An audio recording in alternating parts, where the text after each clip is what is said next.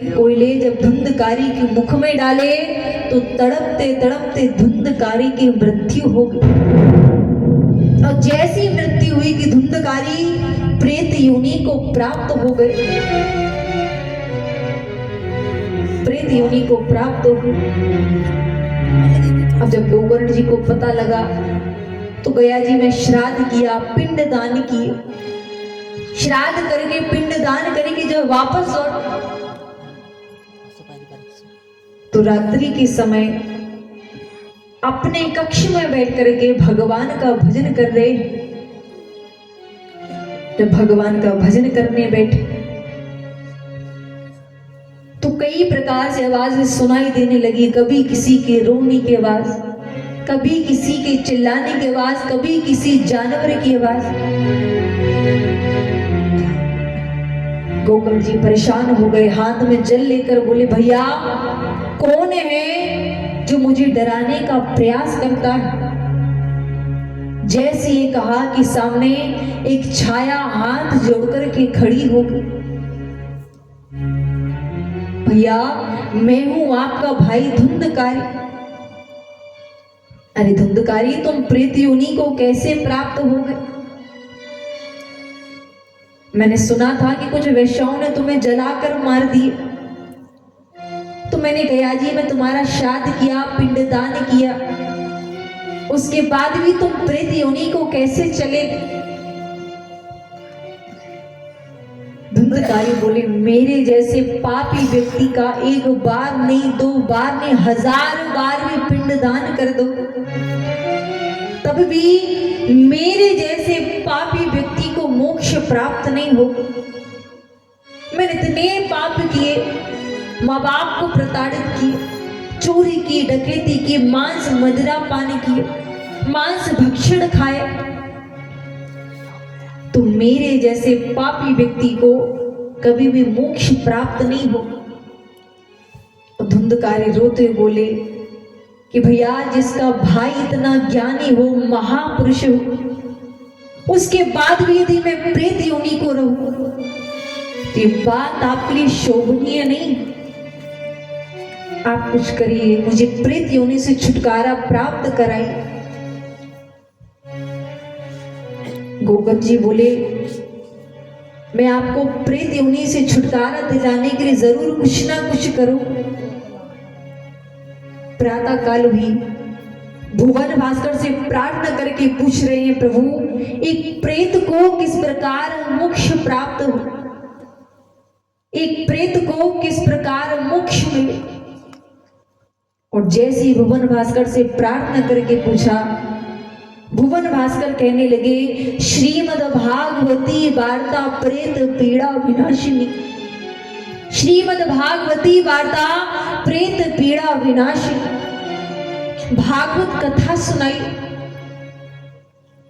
और भागवत कथा सुनने से निश्चित ही धुंधकारी को मोक्ष प्राप्त हो। प्रातः काल व्यास आसन पर स्वयं विराजमान हुए। सप्त ग्रंथियों का एक बांस लगाया गया जिसमें 7 गांठियां लगाई। विराम हुई कि दूसरे दिन की गांठी भी फट जाती है। इस प्रकार करते करते 7 दिन की 7 गांठियां फट जाती हैं।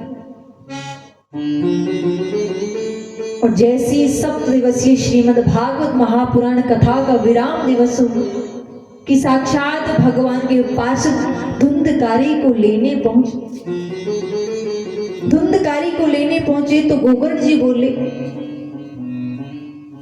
प्रभु कथा को तुम सभी गांववासियों ने श्रवण किया, कथा को हम सभी ने सुना, पर पार्षद केवल धुंधकारी को क्यों आए?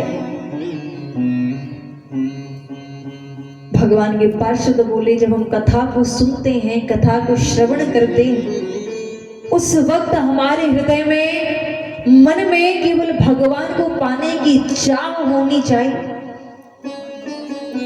संसार में हर एक व्यक्ति कथा को सुन रहे हैं, कथा को श्रवण कर रहे हैं, पर भगवान मिलते किसको हैं? भगवान की भक्ति, सच्ची भक्ति कौन कर पाता है? जो चाह बढ़ा करके, मन लगा करके, सच्चे हृदय से, एकाग्र चित्त बना करके ठाकुर जी के चरणों का ध्यान करता है। और जब ठाकुर जी के चरणों का ध्यान करते हैं तो निश्चित ही 7 दिवसीय भागवत महापुराण कथा सुनने का फल उनको प्राप्त होता है। द्वंद्वकारी कथा सुन रहे हैं, मन में पश्चाताप लेकर कि प्रभु यदि सच्चे मन से, यदि मनुष्य योनि में रह करके मैंने आपकी कथा को सुन लिया होता, आपका चिंतन कर लिया होता, तो इस प्रकार मुझे प्रेत योनि को प्राप्त होना नहीं पड़ता, इस प्रकार मुझे प्रेत योनि को जाना नहीं पड़ता। देखो 84 लाख योनियों में सर्वश्रेष्ठ केवल मनुष्य का शरीर है, मानव तन है, मनुष्य योनि है। क्योंकि मनुष्य योनि में रहकर ही जीव भगवान को प्राप्त करता है। और जो कार्य हम करते हैं, भगवान की कथाओं को सुनने का, भगवान का नाम जप करने का, ये कार्य एक जानवर कभी नहीं कर सकता।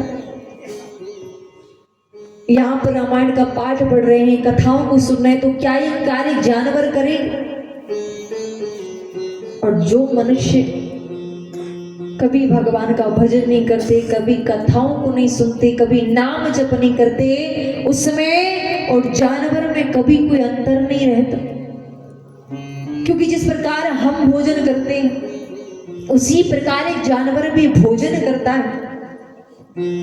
जिस प्रकार मनुष्य बच्चों को जन्म देता है, उसी प्रकार जानवर भी अपने संतान को जन्म देता है। पर जो कार्य हमारे पास है भगवान का भजन करने का, भगवान का नाम जप करने का, ये कार्य जानवर के पास नहीं।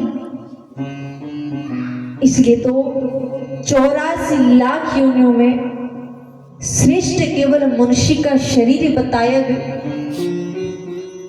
सौभाग्य से हमको मनुष्य का शरीर प्राप्त होता है। और आप जानते हैं जीवन में दुख बार बार क्यों आते हैं, जीवन में बार बार विपत्तियां क्यों आती हैं?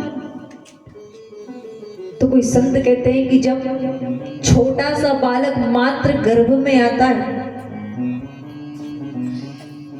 तो ऐसा कहते हैं कि जितनी पीड़ा, जितना कष्ट मात्र गर्भ में होता है, इतनी पीड़ा, इतना कष्ट संसार में कहीं पर प्राप्त नहीं होगा। तो जब छोटे से बालक को मात्र गर्भ में पीड़ा होती है, कष्ट होता है, तो जीव भगवान से प्रार्थना करता है, प्रभु एक बार मुझे इस कष्ट से बाहर निकाल दो, एक बार मुझे इस पीड़ा से बाहर निकाल दो।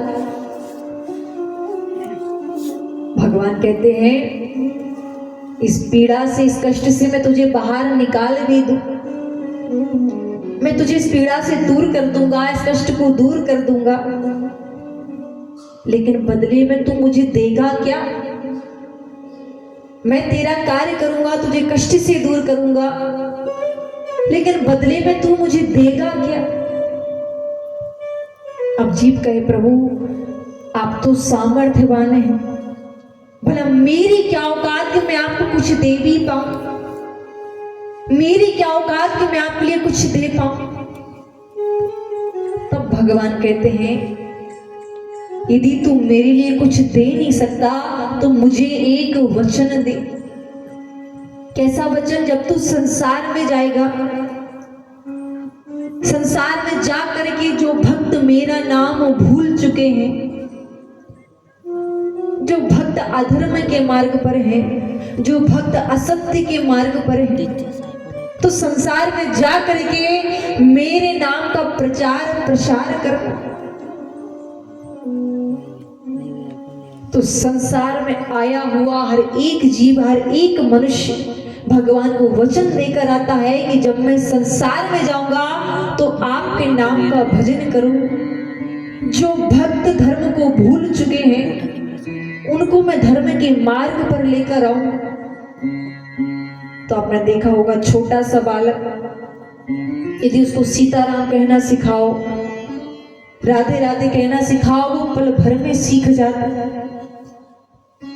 और जैसी संसार को देखा, संसार की माया को देख धन कमाना प्रारंभ किया, मोह में आया कि तुरंत भगवान को भूल जाता है। तो जीवन में बार बार भगवान दुखों के द्वारा स्मरण कराते हैं कि तूने जो वचन दिया था, अब तू उस वचन को कब पूरा करे। जो वचन तू गर्व में देकर आया, सुख है, संपत्ति है, ऐश्वर्य है, तो कभी भी मनुष्य को भगवान की याद नहीं आई।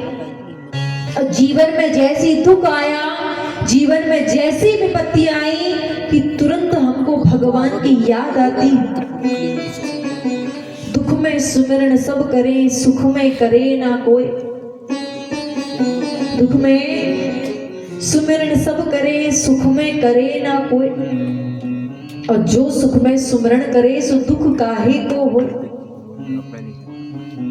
ये संसार केवल स्वप्न है। इस स्वप्न रूपी संसार में हम जी रहे। साक्षात भोले बाबा माता पार्वती से कहते, देवी उमा कहूँ मैं अनुभव अपना, सत हरि भजन जगत